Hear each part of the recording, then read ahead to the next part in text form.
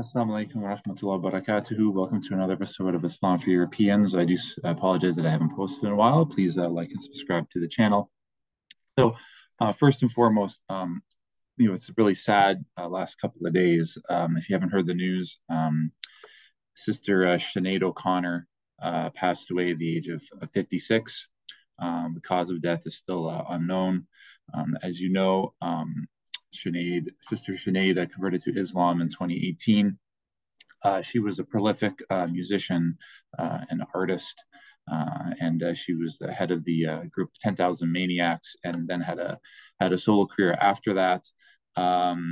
Very, very, very successful, well-known public figure. She touched a lot of souls. She was a rebel. Even from her early days. She originally got into punk and not pop, actually. And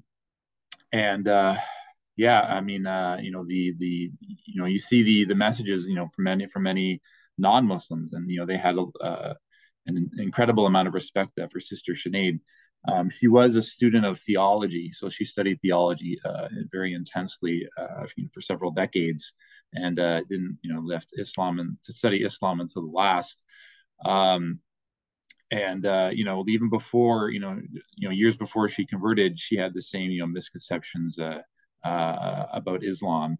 At some point, she disliked Islam as much as the rest of us.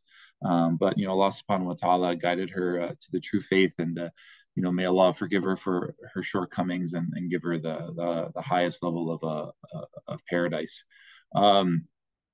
Some accounts, Muslim accounts, have been saying, that media outlets, they're not posting anything about her conversion to Islam, which is true, but there's some exceptions to that. Actually, Piers Morgan, and I'm not a fan of the media, nor am I a fan of Piers Morgan, but he posted a very good tribute to Sister Sinead, and posted most of her pictures in hijab, and so obviously he was aware. He actually interviewed her after she converted to Islam. That right there shows that us as converts, we have this enormous responsibility, because we know these people personally, and Sinead actually knew Piers Morgan personally, and the fact that she was able to warm his heart enough to actually post a tribute with her being visibly Muslim. That really says a lot. Yeah, I mean, that's just one example. And the Washington Post posted her pictures with hijab and whatnot. So, this is a struggle that a lot of she had a very difficult life. Her son she unfortunately committed suicide. She was very vocal against the Catholic Church. Was that the well-known video of her tearing up the picture of the Pope, there's a lot of people, some people on the right who are saying that she was a traitor to her civilization and everything, but I don't think that at all. I think that after her conversion, she recanted her previous statements that she said about white people. She said at the time she was very angry when she posted that, and she retracted her statements that the white people are disgusting and such. And that's a bit of the struggle that comes along with being a convert, because when you convert to Islam, you have to face this backlash from your people. But I wanted to address a tweet from Brother Roshan that just absolutely enraged me. And trying to contain my anger as much as possible here. Let me just see here. Let me see if I can find this. So he said, Muslims are quite rightly mourning Sinead O'Connor today, but I do wonder how much support Muslims gave her after her conversion. Too often we welcome converts into Islam and then let them get on with it by themselves. Instead, we should be giving them regular support and really integrating them into our community. I'm not saying this didn't happen in Sinead's case, but I don't know. But I do know that it happens all the time. So let's review here. So when people convert to Islam, whether from whatever background that they're from, they have to constantly mitigate the relationship with their friends, their family, and their community members, right? That is an enormous struggle. You get some people who have a positive reaction, some people who get a negative reaction, some people who are neutral about it. And you have to be on your best behavior because it can have an effect on our physical well-being, our social well-being. If you look at Maslow's hierarchy of needs, it's the bottom two rungs. Um, so those are really, really important things, and we have to, show, the prophetic behavior in order to mitigate that, right?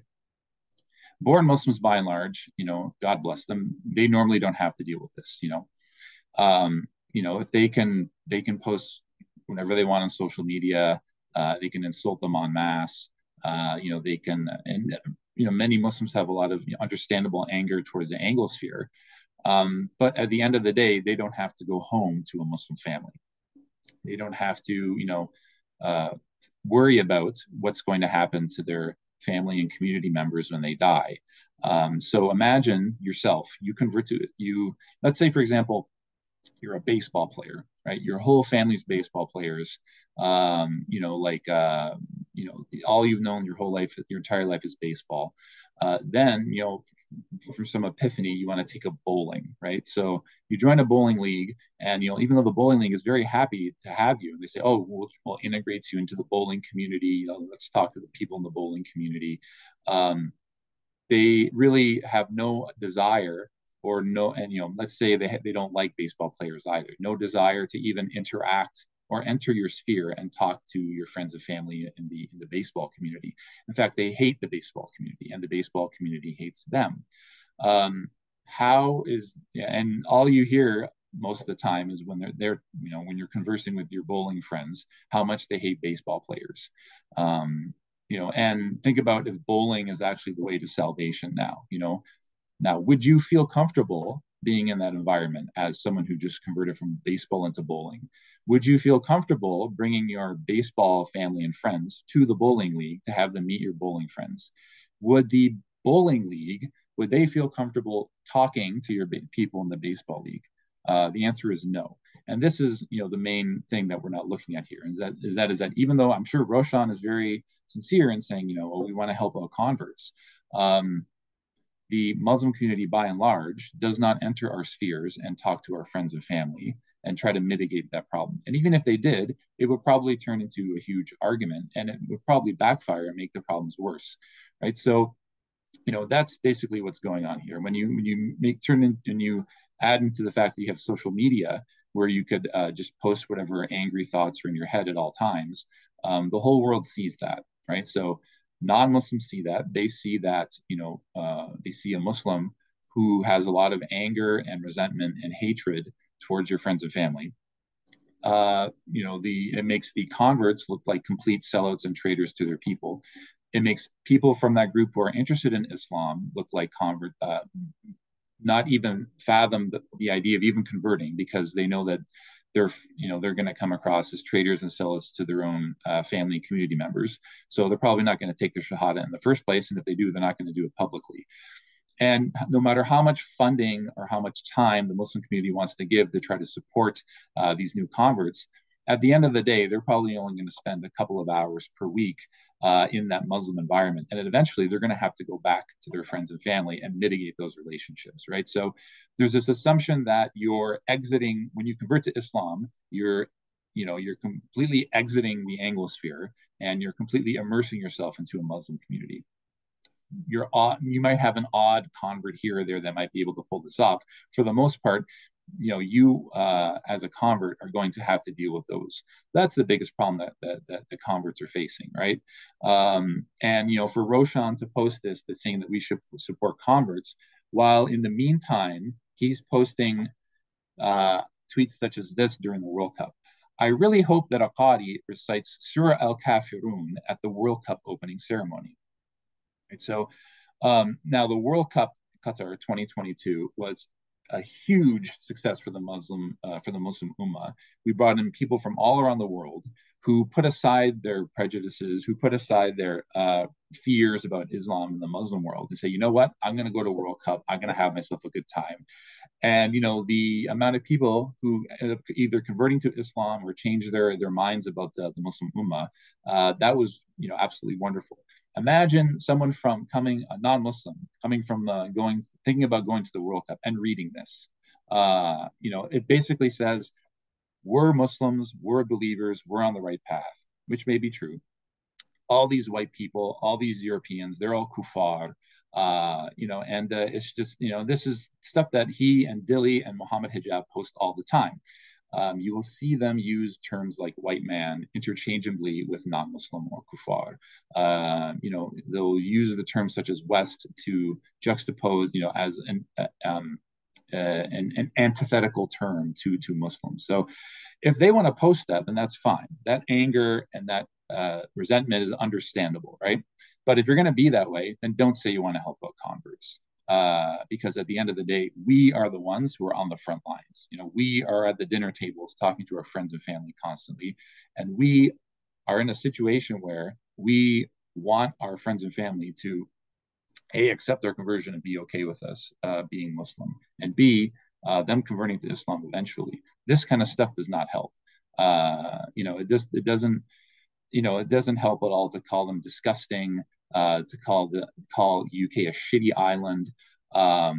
This is just completely, it doesn't help. It doesn't, you're headed in the opposite direction if you think that you want to help out converts. And this isn't a zero-sum game either. I mean, this type of behavior and extrapolating people who do really hate Islam to the entire Anglosphere, that's having negative effects on the Muslim community as a whole, not just converts. And it's really, for him to post something like this, the first thing I thought in my head is that, like, if he were to be if Sinead O'Connor were alive 10 years ago, and Twitter was alive 10 years ago, and Roshan was on Twitter, and maybe Sinead posted some anti-Islam comment, what would have been the reaction of the Muslim community?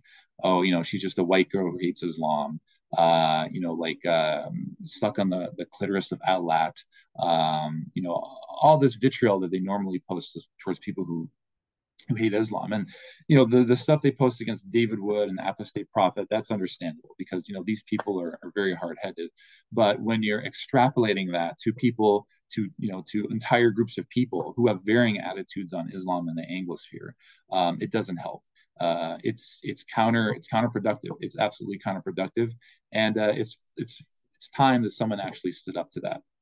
So that's all I wanted to say for today, and I just think it's really a shame that I have to, post stuff like, and just comment on this when the main thing that I wanted to talk about was Sister Sinead's death. So yeah, so like I said, I'm willing to talk to anyone about this, even Brother Roshan.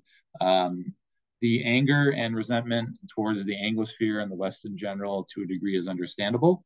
That's, hey, these are our friends and family. They say this stuff about us as well.